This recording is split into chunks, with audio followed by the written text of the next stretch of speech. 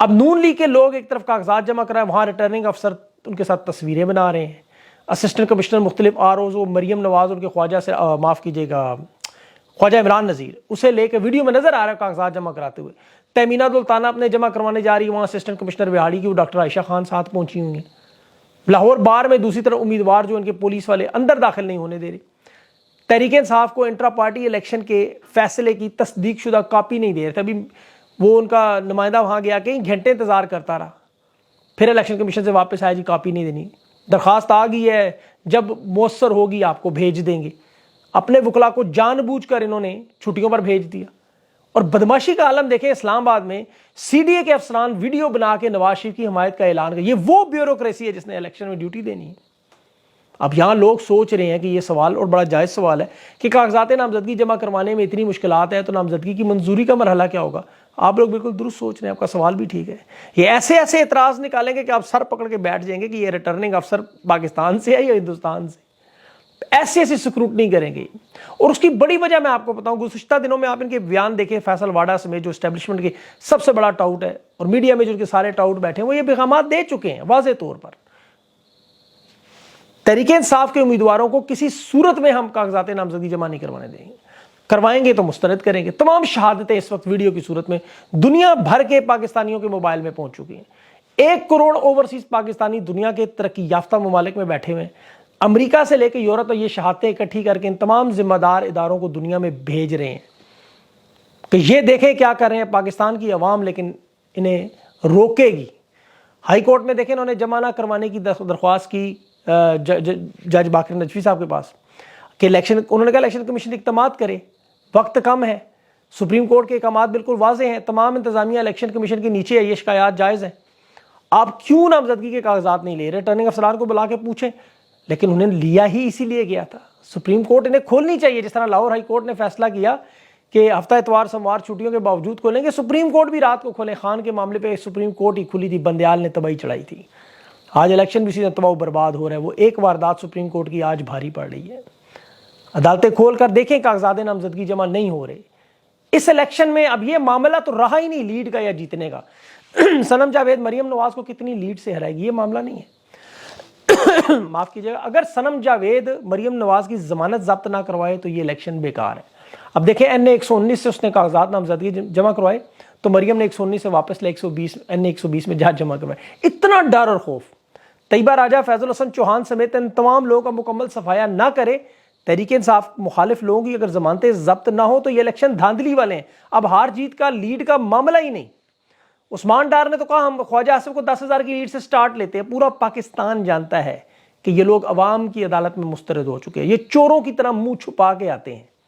شاہ محمود قریشی کے آج اڈیالہ وکیل پہنچے، ان کی بیٹی مہرین قریشی اور مہربانو قریشی دونوں عدالت میں، وہ کہہ رہی تھی پہلے مصدقہ نقل جو سپریم کورٹ نہیں دے رہی تھی وہ ملی، پھر شورٹی بانڈ لیا، اسلام آباد جوڈیشل کمپلیکس پہنچے تو وہاں تالا لگا ہوا تھا، پھر مجبوراً وہ ابو الحسنات کی عدالت میں چلی گئی کہ وہاں سے روپکار جاری کروانے کی درخواست کریں۔ 10 گھنٹے آج ٹرائل چلا، وکلا کی شہادتیں پھر ریکارڈ ہو گئیں، لیکن آج بھی رہائی شاہ محمود قریشی کی نہیں ہو سکی۔ یہ کس قسم کا ٹرائل ہے؟ سپریم کورٹ کل ضمانت دے رہی ہے، یہ سپریم کورٹ کی بات تسلیم کرنے سے انکار کرے، اور یہی اصل واردات ہے کہ سپریم کورٹ مٹی پاؤ ڈالے گی، آپ نے جو مرضی کر رہے ہیں۔ بیرسٹر گور نے بھی الیکشن کمیشن کے فیصلے کو سپریم کورٹ ہائی کورٹ میں چیلنج کرنے کا اعلان کیا، اور پہلی دفعہ کھل کے کہا جو انہیں بار بار کہنا چاہیے، ہم بھی اس فیصلے کو مسترد کرتے ہیں اور ہم پارٹی ویسے ہی چلائیں گے جیسے ہماری پارٹی چل رہی ہے، الیکشن کمیشن کا فیصلہ نہیں مانتے۔ خان نے بھی ٹھیک کیا، آج احتجاج کیا، بائیکاٹ کیا ان کے فیصلے کا۔ عمران خان سمیت دیکھیں ان تمام لوگوں کو سمجھ نہیں، خان نے کہا ہوا بارہا میں چھوٹے چھوٹے ٹارگٹ بنا کے پھر بڑے ٹارگٹ کو دیکھتا ہوں۔ وزیر اعظم بننا اس کا ٹارگٹ تھا، وہ اچیو ہو چکا، وہ ختم ہو چکا، وہ معاملہ ختم۔ اب خان وزارت عظمیٰ نہیں، پاکستان میں قانون کی حکمرانی، انصاف پہ معاشرہ، عوام کو ان کے حقوق کے اور ان کی 75 سال کی تاریخ پہ چڑھا ہوا ہے، اسی لیے تکلیف ہے۔ اور سب سے اہم معاملہ جو اس وقت لوگ سمجھنے سے قاصر ہے کہ پاکستان میں جو بدترین سیاسی اور معاشی بحران آنا ہے، جو تباہی و بربادی مچنی ہے عدم استحکام سے، جو معاشی بحران ہے، وہ پتھر کے دور میں لے جائے گا۔ عمران خان کے دور میں اقتدار میں آپ معیشت کی حالت دیکھیں 6%، آج مائنس پہ چلی گئی ہے۔ IMF کا پیکج اس وقت صرف صاف اور شفاف الیکشن کے ساتھ جڑا ہوا ہے، دیوالیہ پن کا خطرہ تلوار کی طرح لٹک رہا ہے۔ مہنگائی سرکاری اعداد و شمار 40% کہتے ہیں، میری اپنی ذاتی رائے کہ 50 سے بھی اوپر ہوگی۔ خوراک کی قیمتوں میں اضافہ، پورے جنوبی ایشین ممالک میں پاکستان میں سب سے زیادہ مہنگائی کی شرح بڑھ رہی ہے۔ IMF مشن کا سربراہ نیتھن پورٹر کہہ رہا ہے کہ آئندہ بجٹ جو ہے وہ IMF پروگرام کو مد نظر رکھ کے بنایا جائے گا، مطلب سبسڈیز ہوں گی ہی نہیں بالکل، اور تباہی بربادی چڑھے گی گیس پیٹرول میں۔ سرمایہ کاری کا جو بحران ہے اس کا ایک نتیجہ آپ دیکھ لیں، نگران وزیر اعظم کہہ رہا تھا بیرونی سرمایہ کاری لا رہے ہیں، یہاں جو بچے کچے غیر ملکی ہی ادارے ہیں وہ بھی جا رہے ہیں۔ ٹیلی کمیونیکیشن کی انڈسٹری دیکھ لیں، آج کی خبر، پہلے وہاں وارد نکلا، پھر ورلڈ کال نکلے، اب ٹیلی نارمل بھی نکل گئی۔ ٹیلی کام انڈسٹری پاکستان کی سب سے بڑی انڈسٹری، سب سے بڑا مال بنانے کا، انویسٹمنٹ تھی، خان لایا تھا، سارے چھوڑ کے جا رہے ہیں۔ نگران وزیر اعظم کا میں انویسٹمنٹ لا رہا ہوں، یہ انویسٹمنٹ لا رہا ہے۔ 124 کمپنیاں پاکستان میں پچھلے 2 سال سے نکل گئی انٹرنیشنل، غیر ملکی بڑے بڑے نام ہیں، پیچھے کچھ رہا ہی نہیں اب ان کے پاس۔ ادھر نگران حکومت ریکارڈ ایک نیا لگا گئی، پاکستان کی تاریخ کی سب سے طویل ترین نگران حکومت، بطور نگران وزیر اعظم انوار الحق کاکڑ 131 دن مکمل کر گیا، محمد سومرو کی نگران 130 دن کی تھی، اور ابھی تو الیکشن میں انہیں فائدہ دینے کے لیے بھارت بھی آ گیا، ان کا ایک تجارتی جہاز آج کسی ڈرون نے تباہ کر دیا، اب وہ دھماکہ ہوا، پتہ نہیں ابھی کس ملک کا ڈرون تھا، پاکستان کا ہی نکل آئے گا کل۔ دیکھیں اصل معاملہ جو سب سے امپورٹنٹ چیز ہے، اس وقت یہ واردات یہ کر رہے ہیں کہ حکومت میں لائیں گے نواز شریف کو، یہ نامزدگی مستردی یہ سارے معاملات کر کے اگر الیکشن مینیج کر لیں اور نواز شریف کو لے آئیں تو ہوگا کیا؟ یہ جو میں نے آپ کو سیاسی عدم استحکام کا بتایا اور معیشت کا بتایا، 6 مہینے بعد نواز شریف ناکام ہوگا، بالکل فارغ۔ 24 ارب ڈالر نواز شریف کے میاں شریف کے قبروں سے نکال کے لائے گا، کہاں سے لائے گا پیسے؟ تو وہ پیسے نہیں ہوں گے ان کے پاس، نہ کسی نے قرضہ دینا ہے، نہ کچھ بیچنے کو ہے، تمام ادارے یہ پہلے بیچ چکے ہیں پرائیویٹائزیشن کے نام پہ، عرب امارات صرف نظر آ رہا ہے ملک میں۔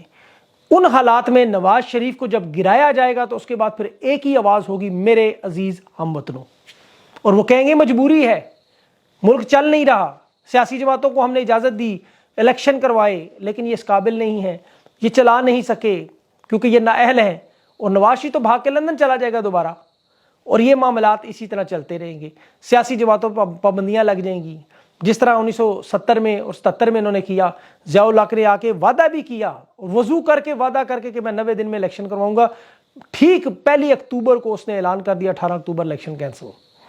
یہ یہاں ہو سکتا ہے الیکشن کروا دے، پہلے یہ پوری کوشش کریں گے، یہ ساری جو آپ کو نظر آ رہا ہے، یہ جو نامزدگی کاغذات چھین رہے ہیں اس کے بعد مسترد کریں گے، اس کے بعد ہارس ٹریڈنگ کریں گے، منڈیاں لگائیں گے، تمام امیدواروں کو توڑیں گے، یہ ساری کوششیں پہلے کریں گے اپنی طرف سے، تمام حجت پورا کریں گے، سب کچھ کر کے لاڈلے کو ایک دفعہ وزیر اعظم بنانے کی کوشش۔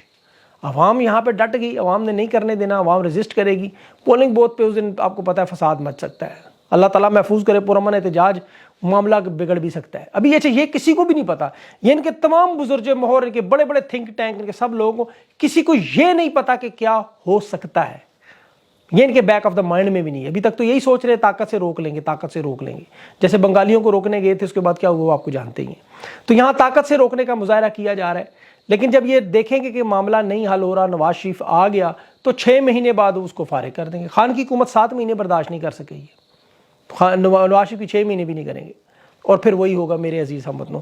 لیکن اللہ تعالیٰ ان کے دلوں پر، ان کے دلوں کے اوپر اللہ کی طرف سے کچھ ایسا یقین کرے، اثر ہو کہ یہ ان معاملات کو سمجھنے کی کوشش کریں کہ پاکستان سے محبت کریں، پاکستان کو خدا کے واسطے چھوڑ دیں۔